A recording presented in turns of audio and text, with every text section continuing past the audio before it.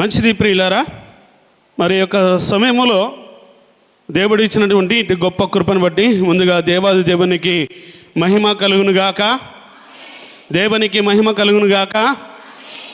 మంచిదండి, దేవుడు అనుగ్రహించిన ఇటు గొప్ప అవకాశాన్ని బట్టి ఆ దేవాదేవునికి నా హృదయపూర్వకమైనటువంటి వందనాలు చెల్లిస్తూ ఉన్నాను. చేరి వచ్చిన మీ అందరికీ కూడా నా యొక్క శుభాభివందనములో తెలియపరుచుకుంటూ ఉన్నాను.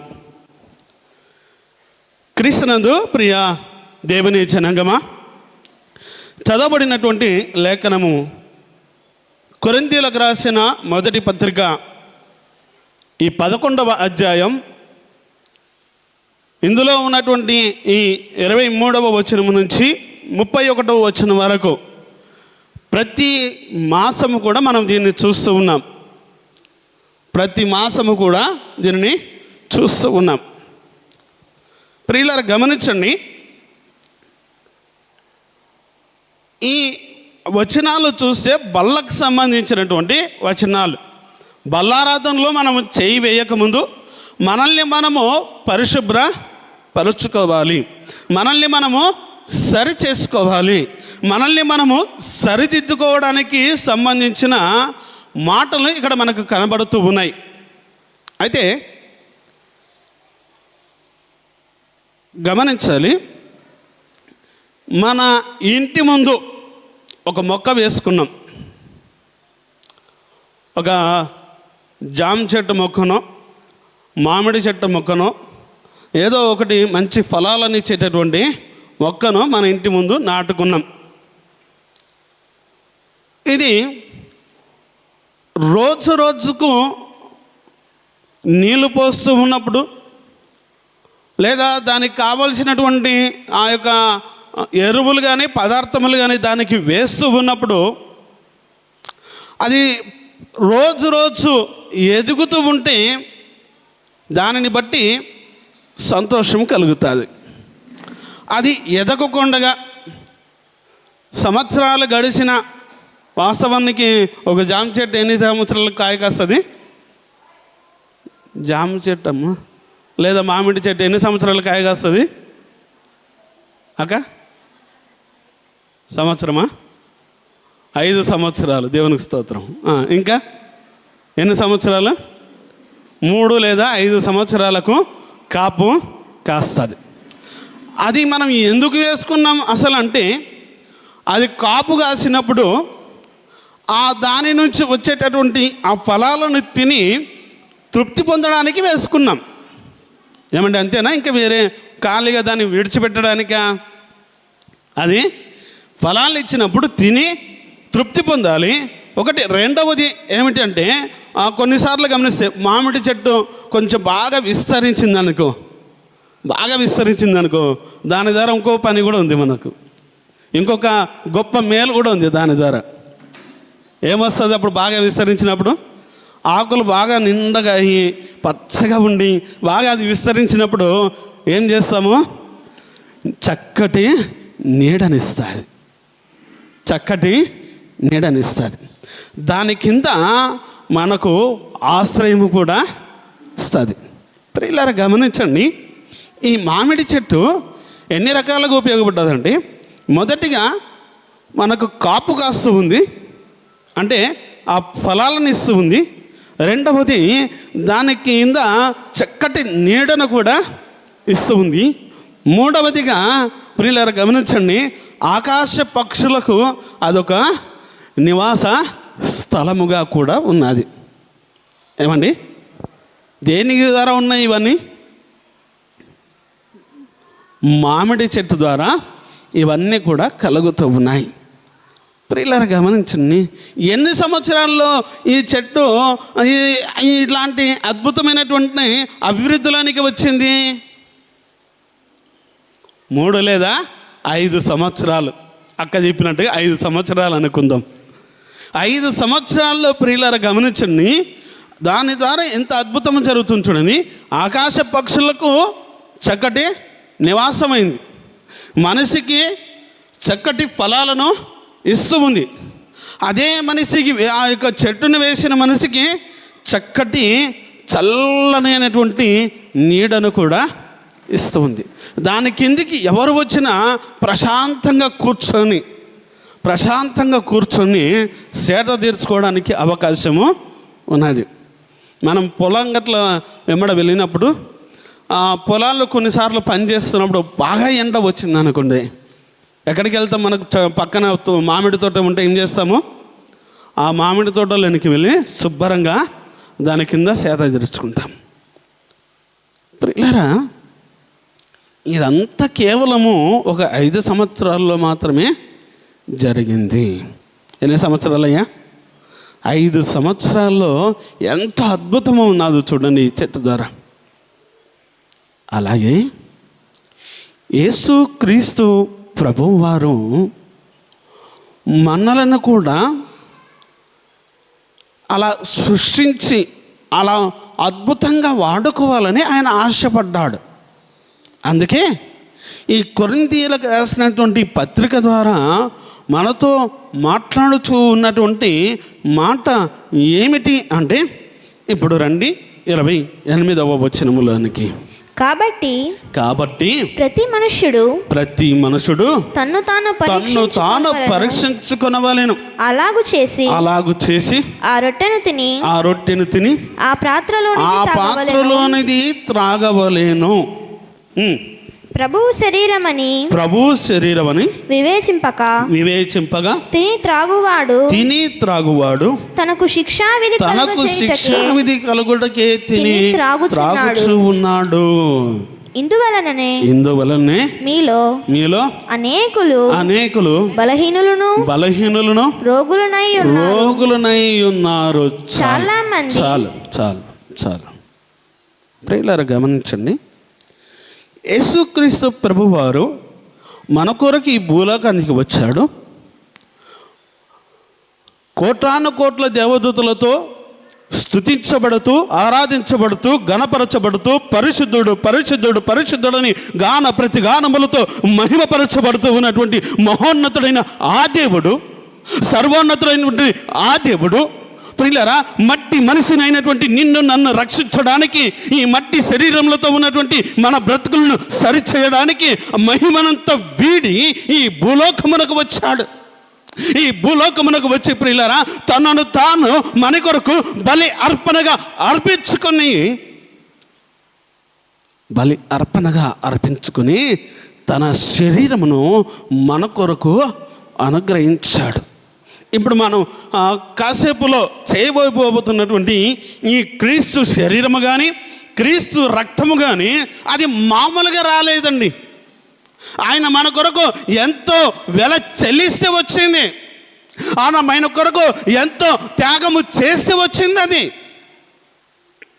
ప్రియులారా, ఆ వెల చెల్లించినటువంటి ఆయన అంటున్నాడు, మీ కొరకు నేను ఎంత కష్టపడ్డాను కదా, మీ కొరకు నా ప్రాణాన్ని ఇచ్చాను కదా, మీ కొరకు నా ఒంటిలో ఉన్నటువంటి చివరి రక్తపు బొట్టు వరకు కూడా నేను కార్చాను కదా.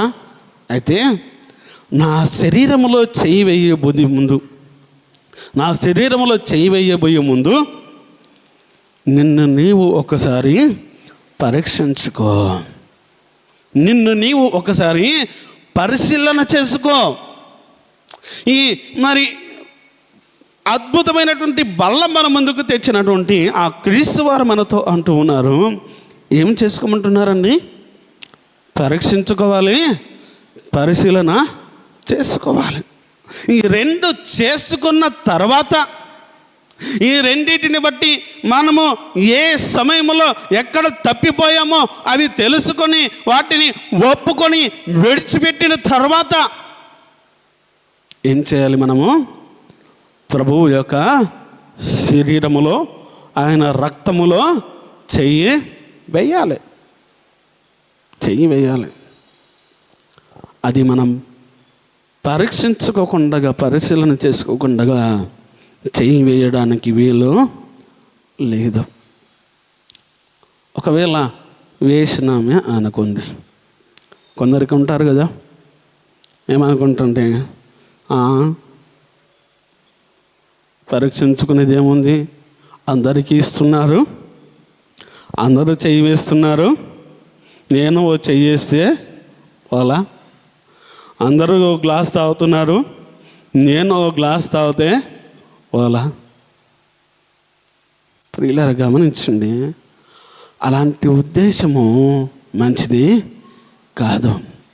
ఎందుకు మంచిది కాదు అంటే, పరీక్షించుకోకుండా మనల్ని మనం సరిదిద్దుకోకుండా పాలు పొందితే నష్టం ఆయన కాదు, నష్టం సంఘానికి కాదు, నష్టం కుటుంబానికి కాదు. ఎవరికి నష్టము? ఎవరికి నష్టము? చదవండి, కింద మాట కనబడుతుంది.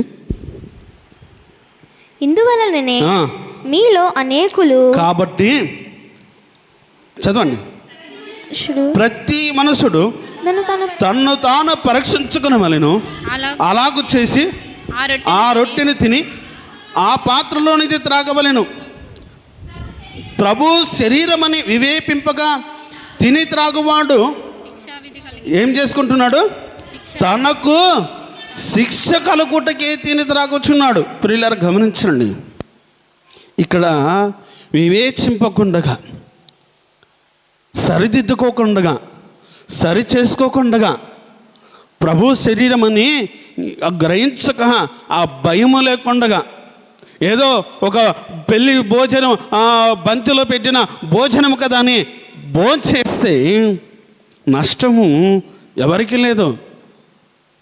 సంఘానికి నష్టము కాదు, కుటుంబానికి కూడా నష్టము కాదు. ఎవరికి నష్టము? తనకు తానే శిక్షావిధి కలగజేసుకుంటున్నాడంట. ఎవరికో కాదు ఇది. ఎవరైతే ఈ కార్యము చేస్తున్నారో వాళ్ళలో వాళ్ళకే శిక్ష అన్నది అన్నమాట. ఉన్నదండి, ఉన్నదండి. చదవండి ఒకసారి ఆ మాటను. కాబట్టి ప్రతి మనుషుడు తన్ను తాను పరీక్షించుకునవలెనని అలాగే చేసి ప్రభు శరీరమని వివేచింపక తిని త్రాగువాడు తనకు శిక్షా విధి కలుగుటకే తిని త్రాగుచున్నాడు. చాలు. ఎవరికి శిక్ష అంటే? ఎవరికండి? తనకే శిక్ష. తన్నే శిక్షింపబడతాడు. అలా శిక్షింపబడకూడదనే, అలా శిక్షలో నువ్వు ఉండకూడదనే, ఆ శిక్షల పాలు నువ్వు కాకూడదనే, ఆ ప్రభు యొక్క కృప ద్వారా నీవు రక్షింపబడాలి అనే, ఆ ప్రభు యొక్క మహిమ ద్వారా, ఆయన యొక్క ప్రేమ ద్వారా నీవు ఆ శిక్షలో పాలు పొందకుండా నీవు ఇదిగో మహిమా స్వరూపుడైనటువంటి దేవుని దగ్గర నీవు ఉండాలనే ఆయన నీ కొరకు తన శరీరమును అర్పించాడు, తన ప్రాణాన్ని అర్పించుకున్నాడు. ఏమండి, ఇంత చేస్తే కూడా మళ్ళీ మనము అవివేకముగా వివేచించకుండా, మరి ఏమాత్రము కూడా ఆలోచన చేయకుండా ప్రభు శరీరములో పాలు పొందడం మంచిదేనా? ఏమన్నారండి? మంచిదేనా? కాదు. అలా ప్రభు శరీరములో పాలు పొందడం వల్ల ఏమొస్తుందంటే మనకు శిక్ష వస్తుంది. వాస్తవానికి మనల్ని శిక్షించాలనేది కాదు ఆయన ఉద్దేశం. మనల్ని శిక్షించాలి అనుకుంటే ఆయన మహిమనంతా వీడి ఈ భూలోకానికి రావాల్సిన అవసరము లేదు. మనల్ని శిక్షించాలి అనుకుంటే ఈ భూలోకానికి వచ్చిన కూడా తన ప్రాణాన్ని సెలవులో బలిగా ఇవ్వాల్సినటువంటి అవసరము లేదు. ఎందుకు ఆయన అంత గొప్ప కార్యము చేశాడంటే మనము శిక్షింపబడక ప్రభు యొక్క కృపలో నిలబడాలని, శిక్షల పాలు కాకుండా నరకానికి చేరువుగా మనం వెళ్ళిపోకుండా దేవుని దగ్గర మనము నివసించే వారముగా ఉండాలని, మనము రక్షింపబడే వారిగా ఉండాలని ఆయన ఆ కార్యము చేశాడు. ప్రియులారా గమనించండి, అందుకే దేవుని వాక్యము చేత మాట్లాడుచూ ఉన్నాడు. ఇందువలనే మీలో అనేకులు బలహీనులను రోగులునై ఉన్నారు. చాలామంది ఇంకా ఏం చేస్తుండ్రు? నిద్రిస్తుండ్రు. ఏమండి, బలహీనులు. ఎక్కడ బలహీనులమయ్యాం? మనం అనుకుంటాం. ఏం సార్, కొందరు ఇలా అనుకుంటాం. నేను ఎన్నోసార్లు పరీక్షించుకోకుండానే, పరిశీలన చేసుకోకుండానే, నా పొరపాట్లను నేను ఒప్పుకోకుండానే, నా పాపాలను ప్రభువు దగ్గర పెట్టి వాటిని నేను సరిదిద్దుకోకుండానే, ప్రభువు దగ్గర నా పాపాలను ఒప్పుకోకుండానే నేను ప్రభు బలలో పాలు పొందుకున్నాను. అమ్మ ఆ డోర్లో నుంచి లేచి ఇక్కడ రండి తల్లి. నేను ప్రభు బలలో పాలు పొందుకున్నాను, అయినా సరే నేను బాగా దిట్టంగా ఉన్నా, బాగా బలంగా ఉన్నాను, నాకేమీ బలహీనత రాలేదు కదా అని మనం అనుకుంటూ ఉంటాం. ఏమండి, బలహీనత అనేది శరీరానికి రాకపోవచ్చు. బలహీనత శరీరానికి రాకపోవచ్చు. ఎక్కడ వస్తుంది బలహీనత? ఆత్మీయ జీవితంలో బలహీనులమైపోతాం. ఆత్మీయ జీవితంలో బలహీనులమైనప్పుడు వాక్యమును సరిగ్గా వివేచింపలేం, వాక్యమును సరిగ్గా అర్థము చేసుకోలేం, వాక్యమునకు సరిగ్గా లోబడి మనసు రాదు. ఎందుకు జరిగింది ఇది అంటే, ప్రభువు శరీరమని వివేచించకుండా తిని, ఆయన రక్తమని వివేచించకుండా త్రాగడం వల్ల ఏమైపోయినాం మనం? ఆత్మీయంగా ఏమైపోయినాం? బలహీనులము అయిపోయినాం. ప్రియులారా గమనించండి, బలహీనులను చేయడానికి ఆయన రాలా. ఏమండి, బలహీనులను చేయడానికి వచ్చాడా? బలవంతులను చేయడానికి వచ్చాడు. బలహీనులను సైత్యము కూడా బలవంతులనుగా చేసడానికి, బలహీనులను సైత్యము కూడా బలముగా వాడుకోవడానికి ఆయన ఈ లోకమునకు వచ్చాడు. ఆయన ఈ లోకమునకు వచ్చాడు. ప్రియులారా గమనించండి, దేవుని మాట చేత మనకు తెలియడం చూస్తూ ఉన్నాం. ప్రియులారా గమనించండి, చాలామంది నిద్రించుచున్నారు అన్న మాట మనకు కనబడుతుంది. ఉందా మాట? ఉందా లేదండి? చదవండి ఆ మాటను. మీలో అనేకులు బలహీనులను రోగులై ఉన్నారు. చాలా మంది నిద్రించుచున్నారు. చాలా నిద్రించడం అంటే, నిద్ర అనేదానికి లేదా చీకటి అనేదానికి రాత్రి దేవుడు మాట్లాడారు. ప్రియులారా గమనించండి, నిద్రించడము అంటే ఏమిటి? అంటే నిద్రపోవడమా? నిద్రించడం. మీలో చాలామంది నిద్రించుచున్నారంటే నిద్రపోవడమా? చాలామంది, అందరం నిద్రపోతాం కదా. ఎవరైనా నేను నిద్రపోకుండా ఒక 3-4 రోజులు కంటి మీద కునుకేయకుండా ఉండగలుగుతానన్న వాళ్ళు ఎవరు ఉంటే చేయలేపండి. ఏంటి, ఎవరు లేపరండి? అసలు నిద్ర లేకుంటే ఎటు ఉండగలుగుతాం సార్ అన్నట్టుంది కదా. ఏమండి, నిద్ర మనిషికి అవసరమే, కానీ ఆ నిద్ర గురించి ఆయన మాట్లాడట్లా. చాలామంది నిద్రించుచూ ఉన్నారంటే, ప్రియులారా గమనించండి, దేవుని వాక్యము చేత మనకు తెలియపరచడం చూస్తున్నాము. 2 రకాలుగా అనుకుంటాం. ఒకటి నిద్ర, రెండవది నిద్రకు సంబంధించి ఇంకొకటి ఏమనుకుంటాం? మరణము. అసమే మరణమే, కానీ అది శారీర సంబంధమైనటువంటి మరణము కాదు. శారీర సంబంధమైనటువంటి మరణము కాదు. మొదటిగా మనల్ని మనము పరీక్షించుకోకుండా, మనల్ని మనం పరిశీలన చేసుకోకుండా, మనము వివేచించకుండా, ఇది ప్రభువు యొక్క బల్ల, ప్రభువు యొక్క శరీరము, ప్రభువు యొక్క రక్తమని వివేచన లేకుండా మనము గనక దానిలో పాలు పొందితే, ప్రియులారా, మొదటిగా బలహీనులమైపోతాము, రెండవదిగా నిద్రిస్తాం. అంటే ఆత్మీయ జీవితంలో పూర్తిగా ఏమైపోయి ఉంటాము? చనిపోయి ఉంటాం. ఆత్మీయ జీవితంలో చనిపోయి ఉంటాం. తండ్రి అయిన దేవుడు ఒక అద్భుతమైనటువంటి ఆ తోటను సృష్టించాడు. చాలా అందమైన తోట, చాలా అద్భుతమైనటువంటి తోట. ప్రపంచంలో ఉండే రంగులన్నీ ఆ తోటలోనే ఉన్నాయి. ప్రపంచంలో ఉండేటటువంటి పక్షులన్నీ ఆ తోటలోనే ఉన్నాయి. ప్రపంచంలో ఉండేటటువంటి చెట్లన్నీ, ఫలాలు ఇచ్చే చెట్లన్నీ ఆ తోటలోనే ఉన్నాయి. ఈ ప్రపంచంలో, ఈ భూమి మీద ఉండేటటువంటి జంతువులన్నీ కూడా ఆ తోటలోనే ఉన్నాయి. చూడడానికి ఎంతో చూడముచ్చటగా ఉంది, ఎంతో అద్భుతంగా ఉంది, ఎంతో ఆహ్లాదకరంగా ఉంది. కానీ దేవుడు, తండ్రి అయిన దేవుడు ఏమన్నాడంటే, మీరు ఈ తోట మధ్యలో మీరు ఎటైనా తిరగండి, ఏ యొక్క పండైనా తినండి, మీకు ఇష్టం వచ్చిన పండు తినండి, మీకు ఇష్టం వచ్చిన పండు తినండి.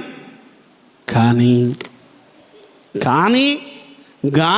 అంటే అక్కడ ఇంకొకటి ఏదో, ఏమండి, కానీ అంటే అక్కడ ఇంకొకటి ఏదో ఉంది. ఏ పండైనా తినండి, కానీ తోట మధ్యలో ఉన్నటువంటి జీవవృక్ష ఫలమును మాత్రము ఏం చేయొద్దు తినొద్దు. ఎందుకు తినొద్దు అన్నాడు?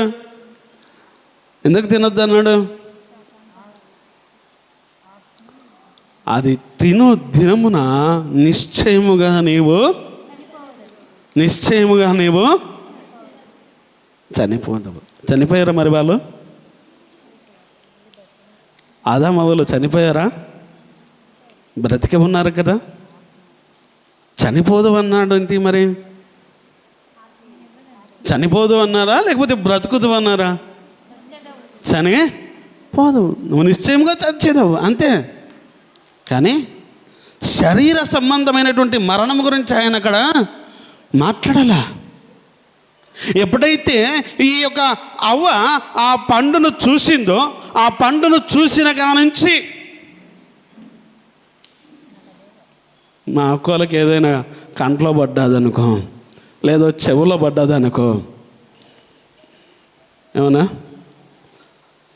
ఏదైనా కంట్లో పడ్డా లేదా చెవులో పడ్డా, కంట్లో అంటే ఎవరైనా పక్కింటక్క ఒక 10,000 పెట్టి చీర తెచ్చి, అక్క ఇట్రా, నేను 10,000 పెట్టి పండగకు 10,000 పెట్టి చీర తెచ్చుకున్నా చూతురా అని పిలిచి దాన్ని చూపించినాక ఇప్పుడు అది ఏమైంది చెప్పండి అక్క? ఏమైంది? అది ఏడబడ్డది, కంట్లో పడ్డది. ఈ కంట్లో పడ్డాక ఇంకా ఊరుకుంటామా?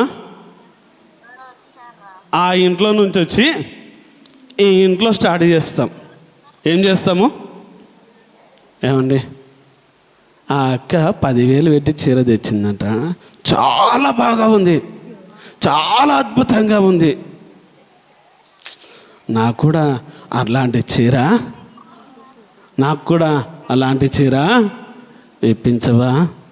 ఫస్ట్ మంచిగా అడుగుతాం, ఫస్ట్ ప్రేమగా అడుగుతాం. ఎలాగ అడుగుతాము? ఏమన్నారంటన్నా? ఫస్ట్ ప్రేమగా అడుగుతారు, వినలేదు. రెండోసారి కొంచెం ఘాటుగా అడుగుతారు,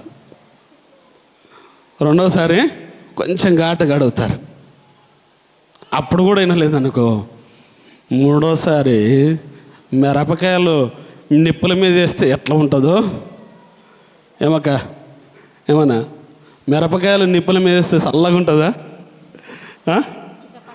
చిటపట ఇల్లంతా అప్పుడు చిటపట ఇల్లంతా అప్పుడు తెగ ఘాటు కొడుతుంది. అప్పుడు ఆ ఘాటు కాస్త ఇంకొంచెం పెరిగిందనుకో, ఆ ఇంట్లో ఉంటుంది. అప్పుడు ఆ ఘాటు ఎక్కడికి వస్తుంది? పక్కింటికి వెళ్తుంది ఆ ఘాటు. ఎందుకంటే పక్కింటక్క తెచ్చిన 10,000 చీర అలాంటిది ఇంట్లో ఉన్న ఆయన ఇప్పించలేదు గనక. ఇప్పుడు అది ఎక్కడ పడ్డది? కంట్లో పడ్డది. ఇప్పుడు అవ్వకు కూడా ఎక్కడ పడ్డది? అది కంట్లో పడ్డది.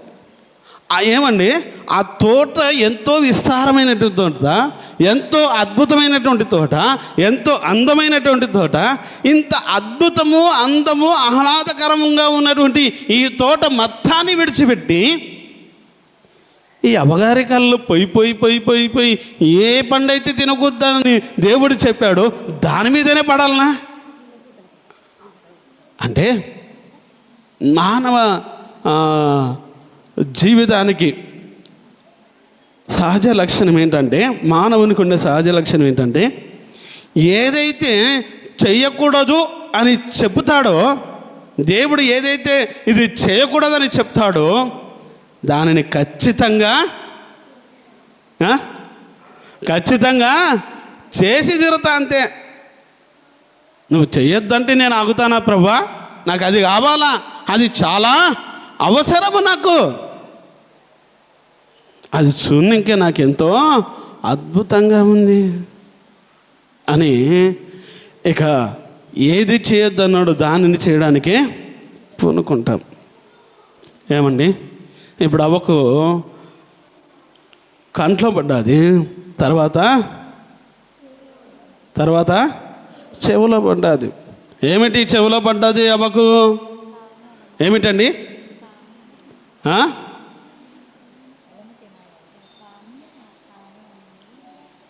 ఒక శరీరం వేసుకొని వచ్చాడు. వచ్చి మనకు మంచి మాటలు అంత తొందరగా ఎక్కవు. చెడు మాటలు ఏదైతే ఉంటుందో అది వెంటనే ఈడ పడ్డది ఈడ ఫిక్స్ అయిపోయి ఉంటుంది, వెళ్ళిపోయి ఉంటుంది. ఇంకా ఈడ పడ్డాక ఇంకా ఈ మనసు ఫస్ట్ దానిపైనే ఉంటుంది. ఆయన వచ్చి ఏమన్నాడు? నీవు దీన్ని తినుదినమున, చదవండి ఆ మాటను ఒకసారి. కాబట్టి పురుషుడు తన తండ్రిని తన తల్లిని విడిచి తన భార్యను హత్తుకొనును, వారు ఏక శరీరమైందురు. అప్పుడు ఆదాము అతని భార్యను వారిద్దరును దిగంబరులుగా నుండిరి. అయితే వారు సిగ్గు ఎరగక ఉండిరి. దేవుడైన యెహోవా చేసిన సమస్త భూజంతువులలో సర్పం యుక్త గలదై ఉండెను. ఏది సర్పము? ఏదది? సర్పము ఎలా ఉందంట? అది యుక్తి గలదై ఉన్నదంట. అంటే మనిషిని మోసపుచ్చటములో అద్భుతమైనటువంటి లక్షణం. మనిషి మోసపోవడానికి నంబర్ వన్ ఉంటాడు. అది ఏది వచ్చి చెప్పినా కూడా ఏం చేయబడతాడు? మోసపోతూనే ఉంటాడు. ప్రియులారా గమనించండి, ఇది యుక్తి గలది. ఏం చేసిందంట? అది ఆ స్త్రీతో, ఇది నిజమా? ఈ తోట చెట్లలో దేని ఫలములనైనా మీరు తినకూడదని దేవుడు చెప్పెనా? నీవు తినకూడదని దేవుడు చెప్పెనా అని అడిగాను. అబ్బా, ఎవరు చెప్పారని అడుగుతుంది. దేవుడు చెప్పెనా అంటే అవును తినకూడదు అన్నాడు. ఇంట్లో భార్య భర్తకు చెప్పినప్పుడు, లేదా భర్త భార్యకు చెప్పినప్పుడు ఏదైనా ఒక పని ఇద్దరు ఒకే ఉద్దేశంతో చేస్తే బాగుంటుంది. భర్త చెప్పిన దానికి భార్య ఆపోజిట్ నడుచుకున్నా, భార్య చెప్పిన దానికి భర్త ఆపోజిట్ నడుచుకున్నా ఏమైపోతుంది? ఇప్పుడు నష్టం ఒకరికి కాదు. ఏమండి, అక్కడ వివేచింపక తిని తాగువానికి శిక్ష అన్నాడు, అక్కడ ఒక్కరికి ఇచ్చిండు. కానీ ఇప్పుడు ఒక్కరికి కాదు, భార్య భర్త మాట వినకుండా చేసిన, భర్త భార్య మాట వినకుండా చేసిన వాళ్ళొక్కరికే నష్టమా? కుటుంబానికి నష్టం. అది కుటుంబానికి నష్టం. ఇప్పుడు అవ్వ చేసిన ఈ పనికి ప్రియులారా గమనించండి, ఏమైపోయిందంటే అవ్వ చేసిన ఈ పని చూడకూడని దాన్ని చూసింది, తినకూడని దాన్ని తిన్నది, తాను తినడంతో పాటు తన భర్తను కూడా కలుపుకోవడం వల్ల ప్రియులారా గమనించండి ఏమైపోయారు ఇప్పుడు వీళ్ళిద్దరంటే, ఆత్మీయ జీవితములో ఏమైపోయారు? ఆత్మీయ జీవితంలో చనిపోయారు. ప్రియులారా, గమనించు, దేవుని వాక్యం చేత మనతో మాట్లాడుతున్నాడు. ఆత్మీయ జీవితంలో చనిపోవడం వల్ల ఎంత పెద్ద సమస్య వచ్చిందో చూడండి.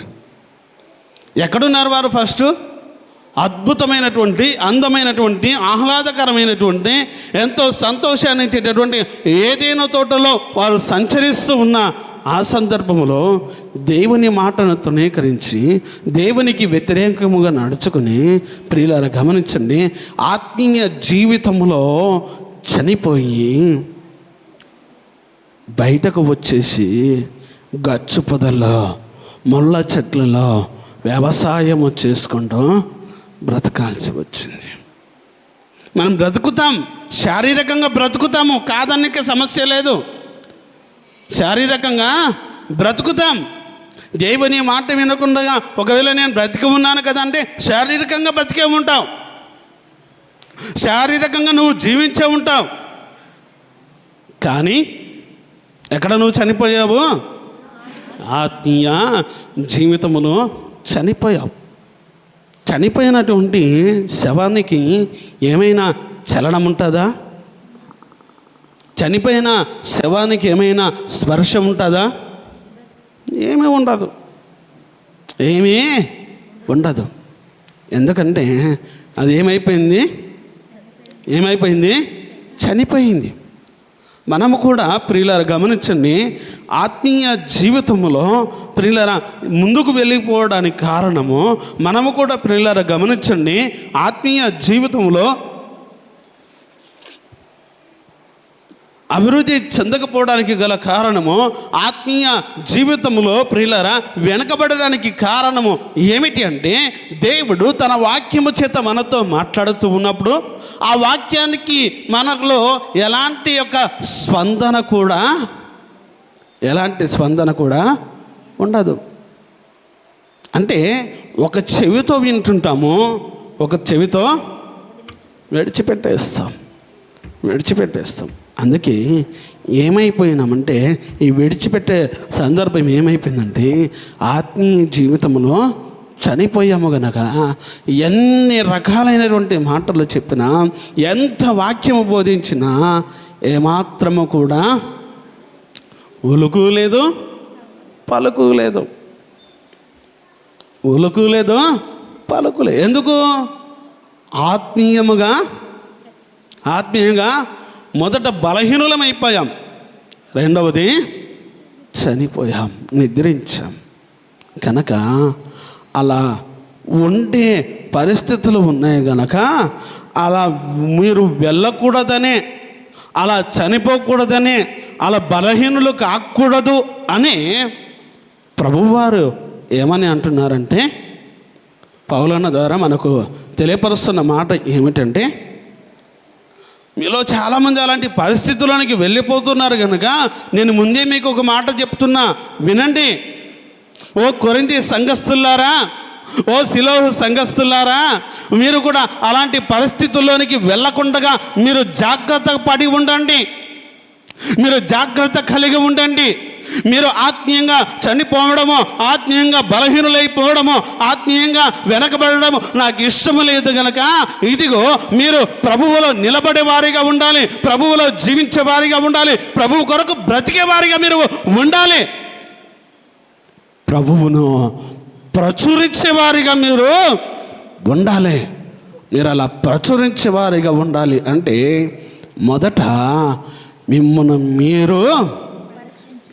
మీరు సరిచేసుకోండి, మిమ్మల్ని మీరు సరిదిద్దుకోండి. ఈ యొక్క జీవిత ప్రయాణంలో నువ్వు ముందుకు వెళుతూ ఉన్నప్పుడు ఏ సందర్భంలో ఏ సమస్య వల్ల నువ్వు పడిపోయావో, ఏ సమస్య వల్ల నువ్వు బలహీనుడు అయిపోయావో, ఏ సమస్య వల్ల నువ్వు బలహీనురాలు అయిపోయావో, ఏ సమస్య వల్ల దేవునికి వ్యతిరేకమైనటువంటి కార్యము నువ్వు చేయాల్సి వచ్చిందో, అది నువ్వు ఒకసారి నెమరు వేసుకొని దానిని ఒకసారి జ్ఞాపకం చేసుకొని ప్రభు యొక్క పాదాల దగ్గర వాటిని ఒప్పుకొని విడిచిపెట్టు. ఒప్పుకొని విడిచిపెట్టు, అప్పుడు నీవు ఆత్మీయంగా ఎదుగుతావు. ప్రియులారు గమనించండి, ముందు ఒక చెట్టు గురించి చెప్పుకుందాం. ఏ చెట్టు అన్నాను? మామిడి చెట్టు. ప్రియులారు గమనించండి, ఈ మామిడి చెట్టు కూడా ఈ 5 సంవత్సరాలు ఇది పెంచుతూ ఉన్నప్పుడు లేదా ఇది పెరుగుతూ ఉన్నప్పుడు, ప్రియులారు గమనించండి, ఇది కూడా వేసిన మొక్క వేసిన సరాసరి మేము వెళ్ళలా, ఇది కూడా సరాసరి మేమే పెరగల. ఇది పెరిగేటప్పుడు కూడా, ఈ మామిడి చెట్టు పెరిగేటప్పుడు కూడా ప్రియులారు గమనించండి, ఎన్ని రకాల శోధనలు దానికి వచ్చి ఉంటాయి. ఈ మామిడి చెట్టు పెరిగేటప్పుడు కూడా ప్రియులారు గమనించండి, ఎన్ని రకాలైనటువంటి శ్రమలు దానికి వచ్చి ఉంటాయి. ఏమండి, చిన్న మొక్కగా ఉంది, మన ఇంటి ముందు వేయగానే చిన్న మొక్క వచ్చింది. మొక్క వచ్చిన వెంటనే ఒకవేళ కోళ్ళు పక్షులు ఉన్నాయనుకోండి, ఏం చేస్తాయి వచ్చి? అదే కొంచెం ఏం చేస్తాయి వచ్చి? ఆ చుట్టూ మట్టిని తవ్వి దానిని పైకి తీస్తాయి. లేదా ఆ చిగురు వచ్చినటువంటి ఆ మొక్కను, ఆ చిగురాకునంతా తినివేస్తుంది. తినివేస్తుందా లేదా? తినివేస్తుంది. ఇంకొంచెం పెరిగింది అనుకుందాం, ఇంకొంచెం పెరిగింది అనుకుందాం, చిగురు నుంచి మంచి చక్కటి లేత ఆకులు వచ్చినాయి. చిగురు నుంచి చక్కటి లేత ఆకులు వచ్చినాయి. ఈ లేత ఆకులు వచ్చేటప్పటికి ప్రియులారా గమనించండి, ఇప్పుడు కోళ్ళు పక్షులు పోయి ఏమైందంటే, మన చుట్టుపక్కల ఉన్నటువంటి ఏ మేకనో ఏ గొర్రెనో ఏదో ఒకటి వచ్చి ఆ ఆకులను ఏం చేస్తుంది? ఇప్పుడు ఈ చెట్టు పెరగడం కూడా అంత సహజమనా? సహజం కాదు. అప్పుడు ఏం చేస్తుంది? అది తినేస్తుంది. అది కూడా తట్టుకొని ఇంకా పైకి వెళ్ళింది. ఏమండి, అది కూడా తట్టుకొని ఇంకా పైకి వెళ్ళింది. అప్పుడు కొన్నిసార్లు మనిషి, దాన్ని వేసిన మనిషి, ఆ మొక్కను వేసిన మనిషి ఏం చేస్తాడంటే, ఇది ఇంకా పైకి వెళుతుంది కదా అని చెప్పి దీనిని కొన్ని కొమ్మలు ఏం చేస్తాడు? తుంచి వేస్తాడు. ఎన్ని శ్రమలు చూడండి. ఈ చెట్టు పెరిగి మనకు ఫలాలను ఇవ్వాలన్నా, మనకు నీడ ఇవ్వాలన్నా, అనేకులకు మరి అదొక ఆశ్రయంగా ఉండాలన్నా, ఆకాశ పక్షులకు అదొక నివాస స్థలంగా ఉండాలన్నా, ఇది ఎదగడానికి ఈ 5 ఏళ్ల క్రమములు ఎన్ని రకాలైన శోధనలు దానికి వచ్చాయో చూడండి. అయినా సరే అది అన్ని శ్రమలను తట్టుకొని ముందుకు వెళ్ళింది. ఇప్పుడు చక్కటి ఫలాలను ఇస్తూ ఉంది. కనుక మనము కూడా మన ఆత్మీయ జీవితంలో సమస్యలు వచ్చాయని, ఆటంకములు వచ్చాయని, శ్రమలు వచ్చాయని మనం ఆగిపోకూడదు. మనము ఆగిపోకూడదు. వచ్చిన ప్రతి సమస్య నుంచి ఇంకా ఇంకా ఇంకా ఏం చేయాలి? పైకి ఎదుగుతూ ఉండాలి. ఏమండి, ఒక బాల్ ఉందనుకోండి, ఒక రబ్బర్ బాల్ ఉందనుకుందాం. ఆ బాలును ప్రియులారా గమనించండి, నువ్వు కొట్టినప్పుడు అది ఆయన కిందనే ఉంటుందా? కిందనే ఉంటుందా? నువ్వు దాని కింద ఉండాలని ఎంత కోపంతో కొడితే అది అంత పైకి ఎగురుతూనే ఉంటుంది. మన ఆత్మీయ జీవితంలో కూడా సమస్యలు వచ్చినప్పుడు, ఆటంకములు వచ్చినప్పుడు, శ్రమలు వచ్చినప్పుడు, శోధనలు వచ్చినప్పుడు మనము కూడా ఏం చేయాలంటే, మనము మనుషుల దగ్గర కాకుండా మనల్ని సృష్టించిన మన సృష్టికర్త అయిన దేవుని దగ్గర మన యొక్క విన్నపములను, మన సమస్యలను మన ప్రభువు దగ్గర పెడితే వాటన్నిటి నుంచి జయమిచ్చి దేవుడు మనల్ని ఇంకా హెచ్చించాడు. కనుక అలా హెచ్చించాలి అంటే ముందు మనలను మనము పరీక్షించుకొని, పరిశీలన చేసుకుని, మన ప్రతి ఒక్క అవిధేయతను ప్రభు పాదాల దగ్గర ఒప్పుకోవాలి. అలా ఒప్పుకున్నప్పుడు, అలా ప్రభు దగ్గర మనం విన్నపించుకున్నప్పుడు దేవుడు మనల్ని శుభ్రపరుస్తాడు. అంటాడు ఆయన ఒక మాట. ఈ మాట చెప్పి నేను ముగించేస్తాను. ఏమని అంటాడంటే, మీరు మీ పాపాలను ఒప్పుకున్నారు కదా, మీరు మీ పాపాలను ఒప్పుకున్నారు కదా, అవి ఒప్పుకున్నటువంటి ఆ పాపాలను ఏం చేస్తాడంటే వాటిని తీసి సముద్ర గర్భములో దాటిని పడవేస్తాడంట. ప్రియులారా గమనించండి, ఒక తాగుబోతు ఉన్నాడు. అతను బాగా విసిగిపోయి ఇంకా దాన్ని విడిచిపెట్టాలని ప్రభు దగ్గర, ప్రభువా నేను తాగుబోతును, మద్యపానిని, నన్ను క్షమించి దీని నుంచి నాకు పరిపూర్ణమైనటువంటి విడుదలయ్యి, దీని నుంచి పరిపూర్ణమైనటువంటి విడుదలను నాకు అనుగ్రహించి నీ సన్నిధిలో నన్ను వాడుకో అని ఆ యొక్క మత్తు పదార్థానికి సంబంధించి తను ఎప్పుడు, ఎక్కడ, ఏ సమయంలో ఎలా తాగాడో దాని గురించి ఒప్పుకుంటే వాటిని తీసి ఎక్కడ పడేస్తాడు? సముద్ర గర్భములో పడేస్తాడు. అవి ఇంకా మన కంటికి కనిపించవు, అవి ఇంకా మన ధరికి రావు. ఇంకొక మాట అంటాడు, మీరు మీ పాపాలను ఒప్పుకుంటే వాటిని తీసి ఎక్కడ వేశాడంట? నా వీపు వెనక భాగాన్ని వేసుకున్నాం. ఏమండి, మీలో ఎవరికైనా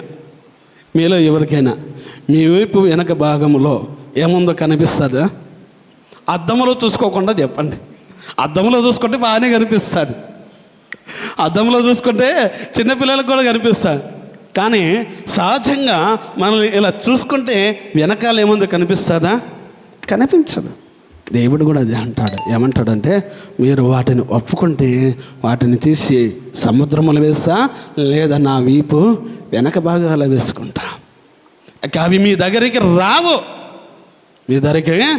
రావు కనుక మీరు అలా మీ యొక్క అవిధేయతలను ఒప్పుకొని విడిచిపెట్టి ప్రభు సన్నిధిలో పక్షాతాప హృదయులై మీరు ప్రభు బల్లలో పాలు పొందాలి అని దేవుడు మనకు తెలియపరుస్తున్నాడు.